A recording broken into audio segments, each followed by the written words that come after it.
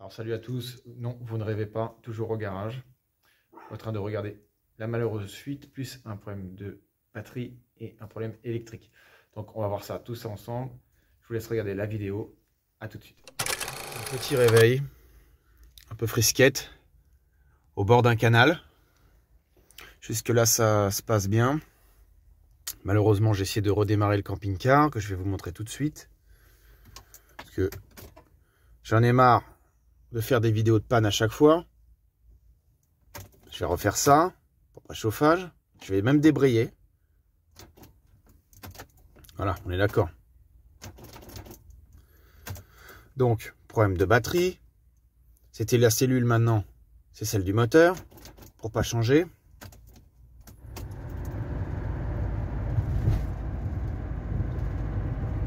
Donc, en fait, ça fuit juste de là. Regardez, juste là. Après, ça vient se déverser ici et là. C'est quand même compliqué. J'ai l'impression que c'est la pompe à eau. Juste là en plus. Et après, ça vient couler sur ça. Et après là, sur le carter. Vous voyez? Regardez ça. Là, j'ai resserré la cause du démarreur parce que c'était encore desserré. Ce qui fait que ça fait clic, clic. Donc impossible de démarrer. Là c'est bon, il redémarre. Enfin.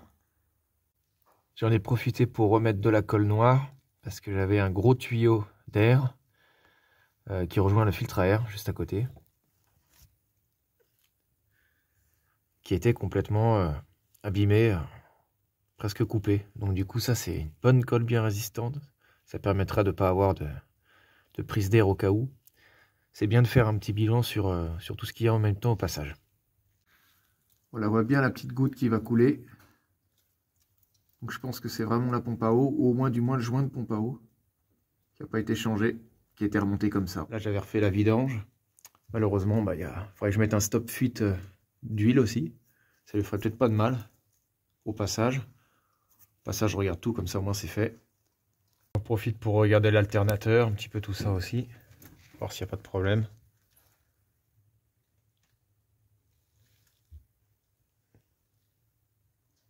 Là, le liquide a quand même pas mal baissé, donc il faudra contrôler. À chaud encore plus. Je vais démarrer le moteur tout à l'heure après pour voir un peu ce que ça donne. Pour voir si la fuite elle est certifiée, pour voir si c'est vraiment la pompe à eau, quoi.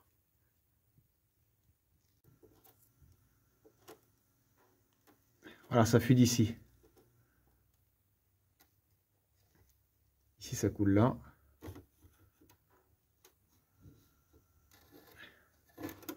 Là, c'est derrière la courroie. Derrière le carter. Vous voyez, il y a des vis là. Et ça fuit là.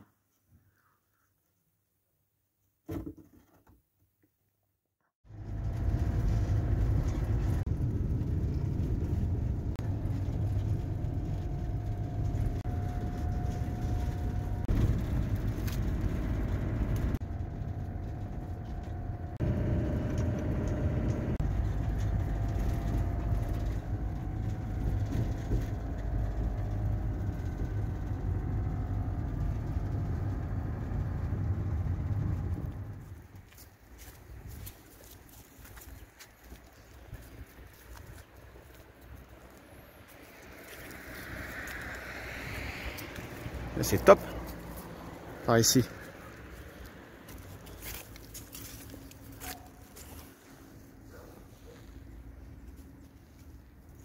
Beau soleil en plus. Super. Là je suis sur l'aire de camping-car. Je viens de vidanger aussi. Il y a des petits bambous. J'aime bien les bambous.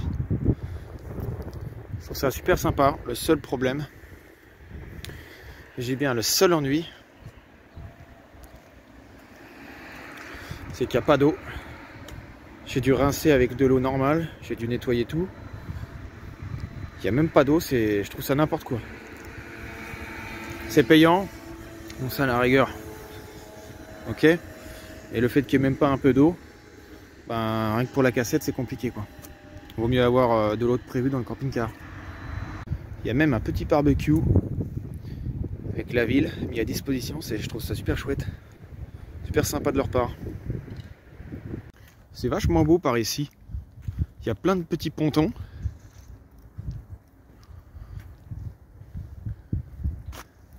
Et l'eau elle est vert clair, pas vert sale. Vous me direz ce que vous en pensez dans les commentaires de la Nièvre. Fresquette mais intéressant. Un autre ponton, mais celui-ci il est différent. Il y a des pics partout. On voit bien qu'on ne veut pas rentrer là-dedans. Ça va être fermé le soir je pense. C'est vraiment charmant. C'est le genre de truc sur lequel j'aime bien tomber. Un vieux bateau, une vieille barque qui est là depuis un bon petit moment.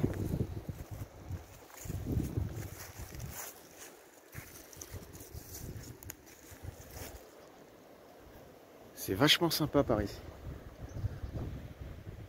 Je vais pas avoir le temps de faire tout le tour, mais ça vous donne déjà un petit aperçu. Je vais aller un peu plus loin. Alors ça c'est une sculpture. Ah, c'est marrant, c'est bien fait. Une sculpture de poisson. Ah, eh ben, un très joli signe. Comme il me fixe, j'aime pas trop ça. Ça me rappelle en Allemagne quand il y en avait eu au moins une quinzaine de couchés qui faisaient la sieste. Là en l'occurrence il est en train de manger. Il a quelque chose entre le bec. Ouais, c'est ça ce qu'il mange. Bon, je vais le laisser tranquille. Je vais finir ma petite balade. Allez, à plus. Ancienne forge de Guérini, érigée en 1640. Ah, il y a là aussi un autre bateau. Il n'y avait pas d'interdiction de rentrer, donc j'y vais. Comme ça, je vous montre ça. C'est vachement beau. Circuit des Forges Royales.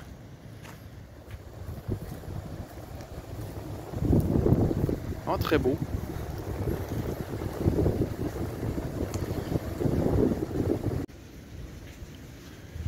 Le musée, dommage qu'on puisse pas y aller. Ça aurait été sympathique.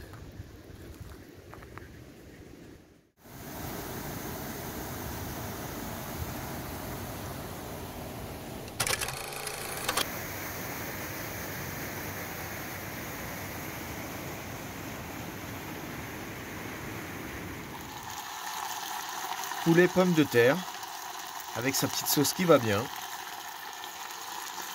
Je vais me régaler.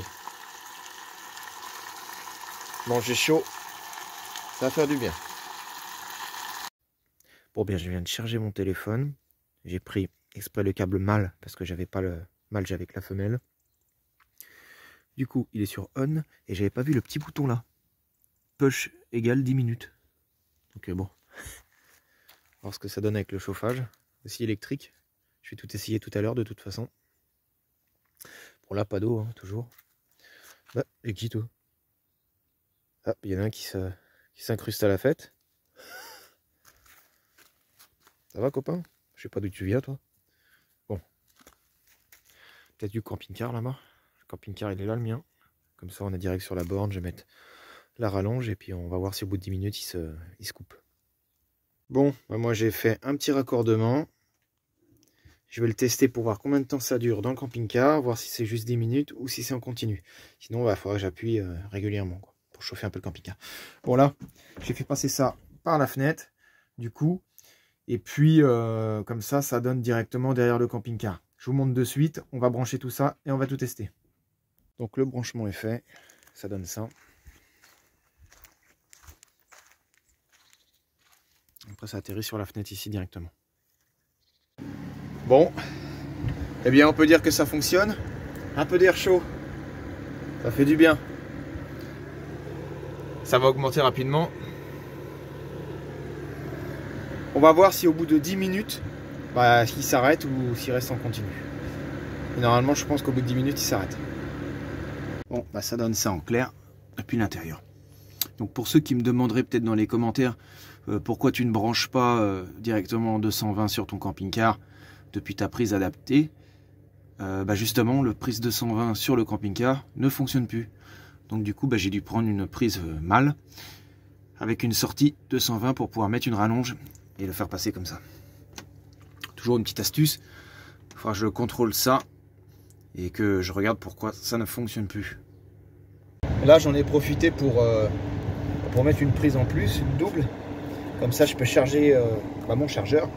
Parce que si jamais il y a des personnes qui veulent utiliser l'électricité, moi je suis pas un sauvage, hein. S'il y a quelqu'un qui a besoin, qui est en galère ou quoi, je préfère pouvoir charger mon téléphone dessus, ou ma musique, ou mon casque, ou quoi que ce soit, grâce à.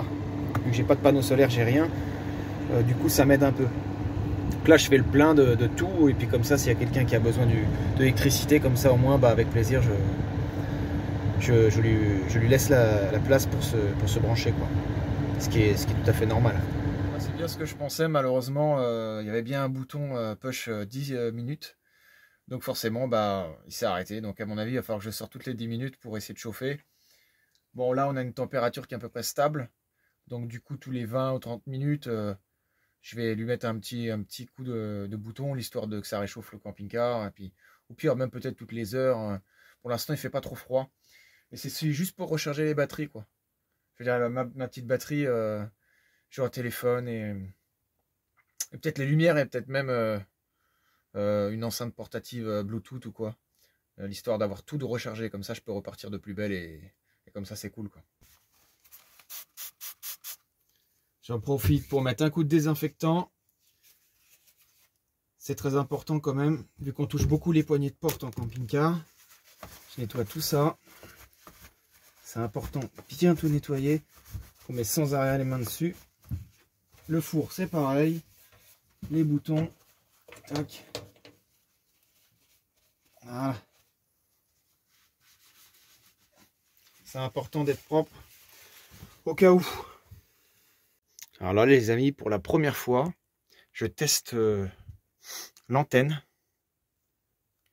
Et en fait, je fais une recherche automatique des chaînes. Donc bon, c'est toutes les 10 minutes, il faut que j'aille appuyer sur le bouton, mais c'est juste pour tester en fait, que j'avais jamais testé. Et là on va voir si ça fonctionne. J'avais deux télécommandes, ça c'est pour télé DVD, et celle-là pour tout ce qui est antenne et tout ça.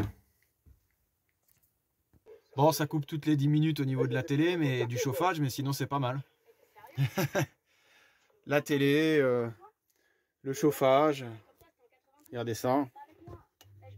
Je le remets à fond. C'est top, quoi. Bon, j'alterne un petit peu, mais sinon c'est sympa. Les toutous ils ont pas froid, tout le monde va bien. Un Jang. Ça va Yayou? Bon, ça va, tout le monde va bien. 16,9, voilà, on est bien. Je me demande aussi si je vais pas changer mes rideaux, parce qu'ils sont un peu light, je trouve. J'aime pas du tout. Mais c'est vrai que ça dépanne. Après, en général, je laisse la chaleur monter pour que justement tout aille dedans, hein. Pour l'humidité, tout ça. Et puis, moi, personnellement, j'en ai pas vraiment l'utilité, mais quand je veux fermer comme ça,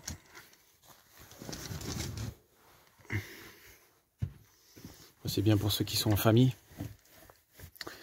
Moi, je suis tout seul avec les chiens, donc du coup, peu importe. Bon, je voulais vous faire un petit topo avec vous quand même au niveau du camping-car, savoir ce qu'il en est et ce qui va en être. Au niveau de la fuite, c'est quand même encore un peu compliqué. Ça peut être la pompe à eau, ça peut être le joint de pompe à eau, ça peut être très bien aussi plus au-dessus de la pompe à eau, donc ce qui fait que ça va être assez compliqué à déterminer. Donc ce que je vais faire déjà en premier, c'est monter le radiateur de chauffage, la pièce de ventilation, parce que la ventilation marche qu'à 4, ni à 3, ni à 2, ni à 1. Donc on va tout changer, vu que c'est en dessous du tableau de bord. Donc ça permettra de changer en même temps la pièce de ventilation. Voilà. Ensuite, j'ai pensé à acheter du matériel pas très cher sur un site pour pouvoir trouver la fuite tout en envoyant de l'air dans le vase d'expansion. À forte barre, ça pourrait être dangereux.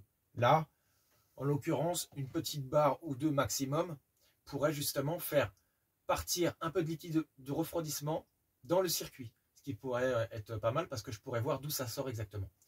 Donc, la prochaine fois, je changerai tout et on fera tout sur place au garage.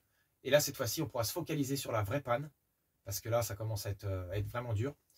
Et si c'est un joint, une durite ou quoi que ce soit d'autre, on la changera on réglera ça et on n'en parlera plus. Voilà.